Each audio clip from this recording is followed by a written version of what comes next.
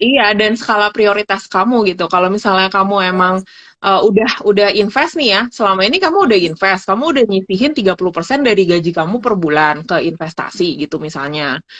Nah, terus apa namanya? Dan itu kamu pengen disiplin gitu. Kamu pengen disiplin Mhm. kamu karena kamu sudah mempunyai financial goal, misalnya punya satu Ya. miliar by 2025 gitu, misalnya ya. Karena financial goal ini juga penting gitu. Jadi kita kita nggak bisa cuman kayak aduh pengen ini pengen financial freedom gitu ya kan sekarang Yes. lagi ini ya Iya lagi lagi rame ngehits banget tuh ya yang Kak ya. Iya namanya bener-bener. semua mau financial freedom tapi to begin with yang paling penting itu kamu harus set ini smaller goals yang lebih jelas gitu, yang lebih spesifik gitu, financial goal kamu dalam 1 tahun ke depan, misalnya kamu mau ngumpulin 300 juta, atau Hmm. financial goal kamu dalam 3 tahun, kamu udah harus bisa mampu DP rumah di BSD gitu Betul. dengan kisaran harga dua Ya. setengah m misalnya gitu Ya. kan. Misalnya. Jadi ini dengan membreakdown financial goal ke yang lebih spesifik gitu ya, lebih kecil-kecil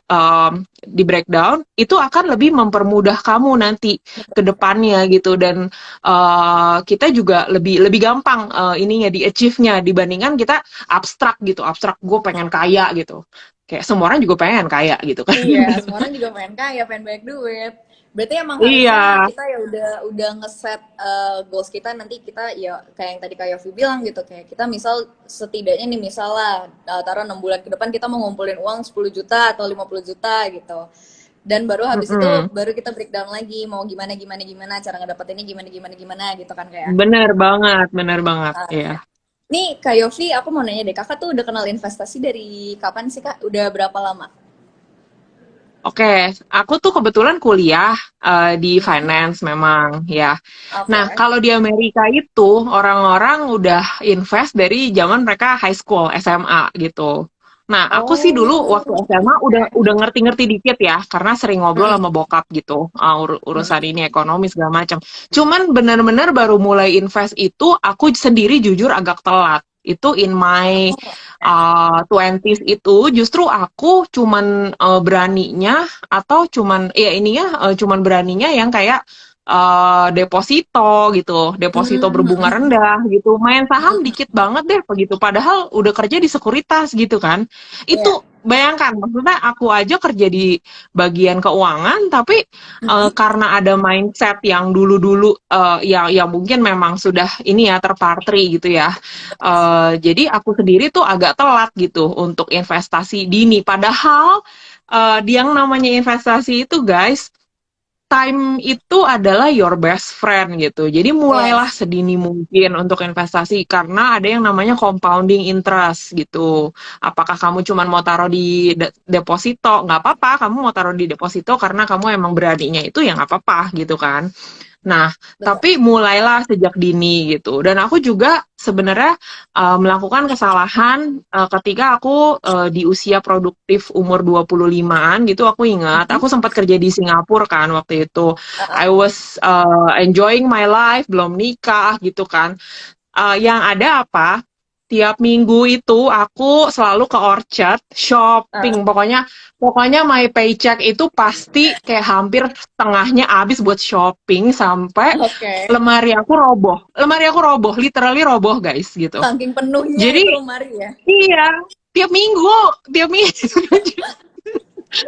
Banyak And we're not talking jajannya ya about Kak ya. ini jajak parah banget sih itu kayak impulsif shoppingnya tuh udah kayak kayak there's karena gini aku mikirnya waktu itu oh, kayak I'm still young kan, masih muda, masih Yes. produktif, ya kan? Gaji gue Mm-mm. nanti besok tahun depan dinaikin lagi, nggak ada masalah gitu. Aku Masih ngerasa kayak aman-aman aja gitu. ngerasanya masih santai gitu ya gaji masih banyak masih ada sisa Hmm, buat nanti hidup ya jajanin aja kenapa enggak gitu ya kayak. iya, makanya. Jadi Iya. itu sih, dan aku nyesel banget gitu. Coba kalau waktu itu uang yang aku pakai untuk beli baju-baju dan kosmetik dan semua yang itu yang berlebihan pada saat itu aku Heeh. investasiin. Wah, sekarang mungkin aku udah lebih maksudnya udah ada sedikit buffer lah ya gitu loh untuk Ya, lebih ada tabungannya nambah gitu mestinya betul gitu. betul betul. Ini Iya. ada yang nanya nih Kak dari restoran. katanya Kak Yofi financial freedom di mata kakak itu gimana sih? Katanya gitu. Financial freedom di mataku ya. Yes. Sebenarnya definisi financial freedom itu adalah ketika kamu Mm-mm. tidak perlu menukarkan waktu kamu untuk bekerja Mm-mm. lagi dengan orang lain. So Oke. that's where the word freedom means gitu ya. Jadi Yes. nggak berarti orang yang financially free itu udah nggak kerja lagi. Kalau misalnya dia masih mau kerja because it's something yang dia suka, dia masih Mm-mm. suka kerjaannya, masih suka perusahaannya gitu kan, dia memang mau aktualisasi diri gitu.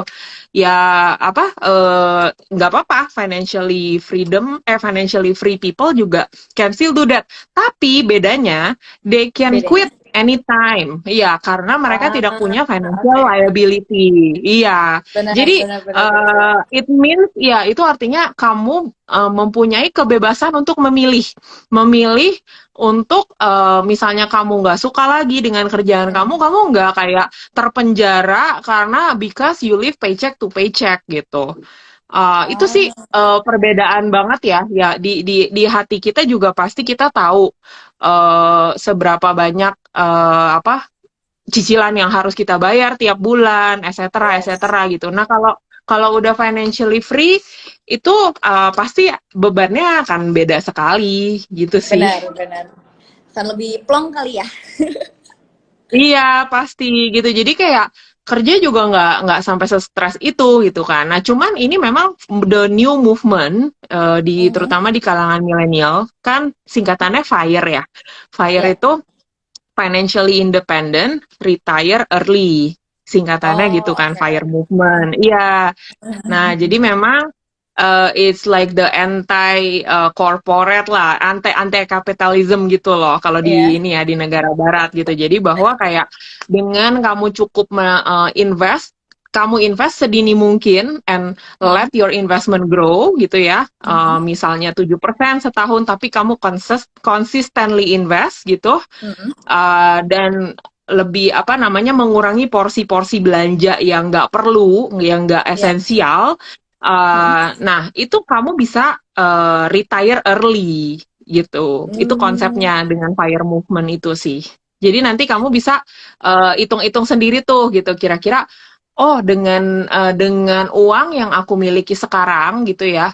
iya. eh, dan kamu asumsi misalnya dari portfolio yang kamu miliki itu kamu bisa dapat 5% return aja setahun dan kamu bisa hidup dari 5% return itu, artinya Mhm. kamu udah financially free gitu hitungannya. Ah, oke, I see. Oke, Mm-mm. Kak, aku mau nanya deh. Biasanya kan kalau suami dan istri nih, biasanya suka ada perbedaan pendapat ya gitu. Nah, aku mau nanya gimana cara Pasti. kita Mm-mm. menyiasati ya risk profile suami versus istri yang kadang tuh suka beda gitu. Gimana cara menyiasatinya Ya. ala-ala kayak Vic? Nah, iya, mungkin aku juga bisa share karena suami aku itu risk profile-nya rendah-rendah. Sorry. Mhm. Jadi dia tuh konservatif, konservatif maksud aku gitu. Oh, Sementara aku oke. risk profile-nya tinggi. Aku lebih berani untuk mengambil resiko dibandingkan dengan suami aku gitu. Oh, Nah, jadi Kak Yofi ini jadi lebih ya berani udah ya? gitu. Iya, aku lebih lebih nekat gitu. Jadi sebenarnya ini it's a good check and balance juga ya di dalam Oke. rumah tangga gitu. Mhm. Karena kalau aku pikir kalau dua-duanya mirip ya, Mhm. dua-duanya dua-duanya sama, misalnya misalnya dua-duanya remblong gitu ya. Iya. Dua-duanya dua-duanya sering belanja impulsif gitu ya. Terus dua-duanya nggak rajin nabung, terus dua-duanya juga lebih berani semua ini dimasukin ke saham ataupun kripto gitu ya. Nah, itu takutnya nggak ada sistem check and balance yang baik di dalam rumah Iya. tangga gitu. Iya. Ataupun kebalikannya kalau dua-duanya kayak konservatif banget gitu ya, unfortunately pasti investment return-nya itu nggak akan optimal gitu sih. Jadi tapi Ah, again gitu kan, ini kan bisa iya. terjadi ya. Ini kan aku kebetulan aja emang kita beda profil risikonya. Jadi risk appetite-nya beda gitu. Jadi kita bisa saling ini counterbalance gitu. Nah, tapi ya Iya. again balik lagi ke communication itu sih gitu. Heeh. Jadi kamu juga Jadi nggak sebenarnya misalnya emang udah tahu iya udah tahu nih ya. investment style-nya beda gitu Mhm. kan. Ya diomongin Iya. lah, diomongin gitu dan agree bahwa oke, kita mau bikin investment portfolio Uh, Aha. can we agree, misalnya kita bisa nggak nih sepakat, misalnya 50% kita taruh di reksadana pasar uang ya, terus 30% di reksadana campuran, terus Ya, 10%-nya di saham, 10% lagi di forex gitu misalnya kayak gitu. ya, Nah itu ya. untuk asset allocation-nya itu bisa diomongin dulu sih, dan continuously reviewing that juga gitu, karena kan market berubah. Iya, Heeh. betul. Berarti sebenarnya Mm-mm. dengan adanya perbedaan ini kadang bisa membawa hal yang lebih positif karena jatuhnya saling melengkapi kali ya kayak Iya, saling mengingatkan juga gitu. saling Udahlah mengingatkan gitu, juga. kayak iya, maksudnya please, misalnya aku lagi terlalu nekat gitu ya, lagi terlalu pengen gedein di kripto gitu ya. Waktu lagi tahun Ya, lalu misalnya kan kriptonya lagi heyday banget kan gitu. ya. Nah, itu suami aku yang rem aku gitu. Nah, ya itu aja udah direm aja masih masih ini kan rugi gitu. Jadi Iya. it's not easy. It's definitely nggak gampang guys. Nggak gampang. Aku nggak bilang keuangan itu gampang ya. Nggak pernah Iya. gampang gitu. Nggak ada yang gampang. Tuh, baby-baby coba dicatat tuh tadi omongan Kak Yofi panjang banget. Pada nyatet gak di rumah? Ini ada yang nanya juga nih Kak Yofi. Pertanyaan iseng nih. Kak Yofi kalau udah siap pensiun, pengen pensiun di kota mana? Waduh, mana siapa sih yang nanya sih? Ada nih, Andrew Aku Jatmiko. Oh, Andrew, ya ya ya. Mungkin kalau nih, nah tergantung nih ya. Bali sih, Bali would be the easiest answer for me gitu kan, karena Tapi Bali tuh vibe-nya Bali kan emang, healing healing. Iya, enak iya, banget gitu orang-orang tuh kan. Terus biaya cita-citanya hidup semua di juga Bali nggak. gak sih, Kak? Iya, kita beruntung banget guys punya Bali di Indonesia gitu kan. Benar, Nah, Bali benar, juga ya, aku setuju. nggak yang apa, biaya hidup juga masih affordable gitu ya. Kamu kalau Iya, mau betul. yang mahal ada ya kan, yang murah juga ada, yang sedang-sedang Itu juga balik ada lagi ke di Bali. preferensi masing-masing juga kan sebenarnya. Iya, propertinya juga kan kalau aku lihat-lihat ada yang mahal banget, tapi ada yang iya ranging. Jadi bisa Iya, disesuaikan iya. dengan ini apa Dengan, dana pensiun kamu juga guys. iya, Kalau aku betul. sih. Hmm. Berarti kakak ke Bali nih ya. Ini asik banget sih emang ke Bali nih baby-baby ada yang mau ikut Kak Yofi ke Bali kan nih? Pensiun ya. Ya, Doain buat ya guys. pensiunnya. Mm-mm. Oke, Kak, aku mau minta dong tips and trick kakak buat perempuan-perempuan di Indonesia dan perempuan-perempuan di luar sana juga dalam mengatur finansial. Mungkin kakak ada yang mau di-share tips and triknya? Ya, kalau aku sih rule of thumb-nya cukup simple. Jadi, do your budgeting, disiplin Ya. gitu ya. Kalau rule of thumb-nya yang simple itu 50% bayar kebutuhan pokok. Itu mencakup Mm-mm. rumah, makan, transportasi, ya kan? Nah, terus 30 Ya, persennya itu diinvestasiin atau tabung gitu, sesuai tabung. dengan profil resiko kamu. Terus dua puluh Ya. persennya baru untuk yang needs kamu, wants kamu, keinginan kamu gitu loh, gitu. Jadi ini Keinginan. nggak berarti kamu harus mensuppress keinginan kamu untuk belanja, untuk traveling, untuk dining out gitu ya. Untuk misalnya ada restoran baru kan kita pasti mau kan nyoba gitu. Iya, Jadi coba. ini sih apa ya rule of thumb-nya seperti itu dan didisiplinkan aja gitu. Jadi automate aja di automate. Kalau 30% basically dari gaji kamu tiap bulan udah automate aja langsung ke investment gitu. Jadi jangan diganggu-ganggu lagi. Kalau bisa kamu pisahin rekeningnya langsung. Jadi the moment kamu terima gaji, udah langsung pisahin gitu, 30%. Langsung bisa Kalau bisa kamu lagi misalnya nih punya financial goal dalam waktu dekat, misalnya ya, kamu pengen beli rumah eh, apa namanya yang membutuhkan DP 300 juta tahun depan gitu ya. ya. Artinya kan kamu harus ngumpulin 300 juta itu kan Iya, dari betul. sekarang nih. Misalnya kita tahun ini masih sisa 4 bulan ya, 4 Hmm. bulan. Terus tahun depannya itu kamu ya udah let's say lah 12 bulan dari sekarang gitu. Artinya kan Hmm. 400 juta bagi 12 gitu. Nah, Dua, kamu udah harus ya. bisa tahu iya tiap bulan kamu harus nyisihin berapa gitu. Dan itu berapa persen of your income gitu kan. Nah, itu jadi yang aku bilang Aha. financial goal ini harus jelas dan harus dihitung gitu. Jangan cuman gue pengen punya rumah gitu, tapi kagak Cuma nggak berandai-andai tapi nggak ada iya, aksinya ya tapi kak nggak ya. di planning, nggak dihitung. Itu harga rumah berubah tiap hari, guys. Suku bunga itu berubah tiap hari gitu loh. Ini ekspektasi suku Betul, bunga udah mau betul. naik. Mm-mm. Di Iya. semua satu dunia udah mau naik. Kita aja nih kemarin BI baru naik 25 basis point kan. Gitu. Jadi Iya. perencanaan finansial itu sangat penting ya menurut aku sih gitu. Uh-uh.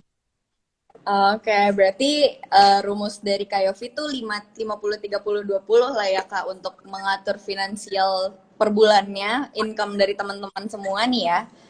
Ini bisa dicatat juga nih baby-baby semua. Iya, Aku mau nanya juga deh Kak, aku iseng nanya aja sih. Ada nggak sih boleh. rekomen lipstick? Karena aku ngeliat nih kakak kayaknya suka nge-review-review lipstick juga deh. Buat baby-baby yang Iya, iya cantik-cantik. itu juga. Thank you, thank you. Enggak lah. Aku dari dulu kan sering koleksi makeup gitu kan. Nah, Hmm. dari sebenarnya dulu tuh aku jarang banget pakai local brand gitu, karena ada Oh, konotasi. oke. Jadi malah belinya yang mahal-mahal yang kayak Dior, Chanel gitu kan. Ya, Sekarang aja satu lipstick Dior itu udah hampir tujuh lumayan. ratus ribu ya. Iya, mahal Aduh, banget sedih ya. banget. Dulu Tapi itu sekarang juga kayaknya local dua brand ratus udah banyak yang ribuan bagus deh. ya, Kak ya.